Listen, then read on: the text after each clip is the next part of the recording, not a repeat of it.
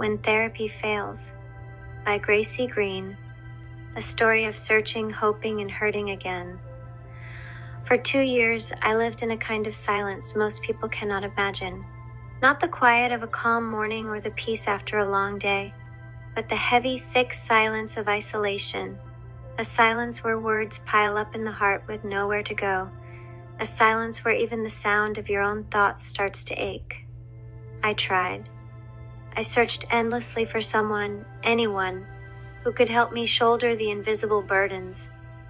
Finding a therapist is not as easy as people think. It's not just about availability or credentials. It's about finding someone who can see you, not just the surface you, but the soul underneath. After a long, exhausting search, I thought I found her. A therapist who seemed to listen, who seemed to understand. That 1 hour a week became a lifeline. For someone living in isolation, being heard for just 60 minutes felt like sunlight after a long winter, apricity and a breath of fresh air. But then she quit. No warning, no gradual transition, just a message that she was moving on. I was left there, blinking at the cold finality of it, feeling the old sting of rejection surface all over again. I wasn't just a client on a schedule. I was a human being clinging to the thinnest thread of connection, and even that thread was cut. The pain of that moment was deeper than words.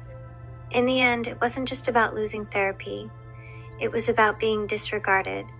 It was about the world once again closing its doors, confirming that I was too much. Too complicated, too different to be worth the effort. It's not that I didn't try to make therapy work. In fact, I came to the table with more understanding than most. I have spent years deeply studying psychology, cognition, the workings of the mind and the soul. I know the mechanisms behind trauma, the ways our brains form pathways of pain, the delicate relationship between thought and emotion.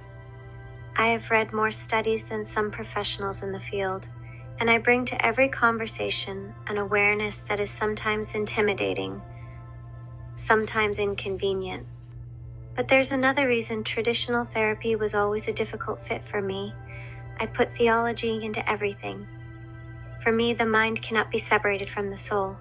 Healing, real healing, cannot happen without acknowledging the one who made the mind in the first place. Psychology without theology is, for me, like trying to treat the branches of a sick tree without touching the roots. Without the depth of spiritual truth, therapy feels hollow, an exercise in rearranging broken pieces without the hope of true repair. Maybe that's why it hurts so much. Therapy wasn't just about talking. It was about finally being seen, finally hoping that there could be healing not just for my mind, but for my heart and soul. And when she left, it felt like the world itself confirming that even in my most vulnerable search for help, I am too complex, too faith-bound, too different to be worthy of consistent care. Now I find myself back in that silence. Only this time the silence is louder, sharper. Not only because I miss being heard, but because now I know how fragile even that tiny bit of connection was. I know what it is to want to be heard, to want to heal, and to be told in the quietest, cruelest way that there's no space for me, not even if I could pay. In a world where healing is treated like a transaction, where therapy is a service you buy, where the soul is too often left at the door, what happens to those of us who believe healing must go deeper? What happens to those of us who cannot afford to be seen? I don't have the answers. I only have the silence. But in that silence, I still cling to something, not to a therapist, not to a human voice, but to Allah, the one who never disregards, never rejects, never walks away. Even when the world falls silent, he hears. I'm seeking a different kind of healing companion. I'm not looking for a typical therapist. I've walked a long road, spiritually, intellectually, and emotionally. And much of what I've experienced doesn't fit neatly into diagnostic labels or surface-level solutions. I'm someone who thinks deeply, questions everything, and sees connections between the spiritual and the scientific, the seen and the unseen. I've experienced truths that can't be easily explained, and I carry knowledge that often feels too heavy for most conversations. Engrams and Jinn, a spiritual reflection. In Dianetics, engrams are described as deep imprints of past pain and trauma stored in the subconscious, influencing our emotions and behaviors without our awareness. Spiritually speaking, these hidden scars can be seen as gateways through which unseen forces, like the Jinn, whisper and manipulate. In Islamic tradition, Jinn are beings of smokeless fire, capable of influencing human thoughts and feelings, especially when the heart and mind are clouded by unresolved wounds. Just as engrams and Dianetics trap a person in cycles of emotional reactivity, the Jinn exploit these internal weaknesses, feeding doubt, fear, anger, and confusion. The practice of auditing, revisiting, and releasing engrams mirrors the spiritual process of tazkiyah, purification of the soul, where one confronts inner darkness to reclaim clarity and peace. By exposing these hidden pains to the light of awareness, much like reciting dhikr, remembrance of God, and seeking divine protection, we disarm the Jinn's ability to influence us. In both views, true freedom comes from deep internal cleansing, healing the unseen wounds that allow external forces to have sway over the soul. I'm seeking someone who can hold space without judgment, someone who's not afraid to explore meaning, purpose, metaphysics, and the soul's journey. A guide, a witness, or a fellow traveler grounded in wisdom, not just credentials. Existential psychology versus depth psychology. A brief reflection. Both existential and depth psychology explore the deeper layers of human experience, but they approach the journey inward from different paths. Existential psychology is grounded in the big questions of life. Why are we here?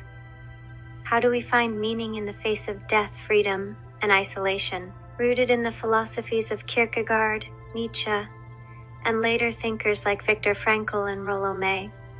Existential psychology invites us to confront life's inevitable anxieties.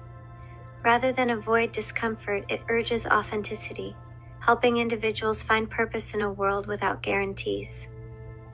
Depth psychology, pioneered by Sigmund Freud and Carl Jung, focuses on the unconscious mind. It seeks to uncover the hidden forces, dreams, symbols, repressed emotions that shape our thoughts and behaviors. Jung expanded this vision by exploring archetypes, the collective unconscious, and the journey toward individuation, the process of becoming whole by integrating all parts of the self. In short, existential psychology asks us to confront reality and find personal meaning. Depth psychology calls us to dive beneath the surface and bring hidden truths into the light. Both disciplines challenge us to engage deeply with ourselves, one by facing the external realities of existence, the other by navigating the internal mysteries of the psyche. Psychospiritual counseling grounded in faith. Then there is internal family systems, or narrative therapy. In the world of therapy, two powerful approaches, internal family systems, IFS, and narrative therapy, offer unique pathways to healing and self-discovery. IFS views the mind as a collection of distinct parts, each with its own voice, feelings, and role. Beneath these parts lies the true self, calm, compassionate, and wise. IFS helps us identify and gently work with our inner parts, even the ones that seem troublesome, recognizing that every part is trying to protect us in some way. By building a relationship with these parts, we move toward greater inner harmony and healing. Narrative therapy, on the other hand, centers on the stories we tell about ourselves. It teaches that we are not our problems.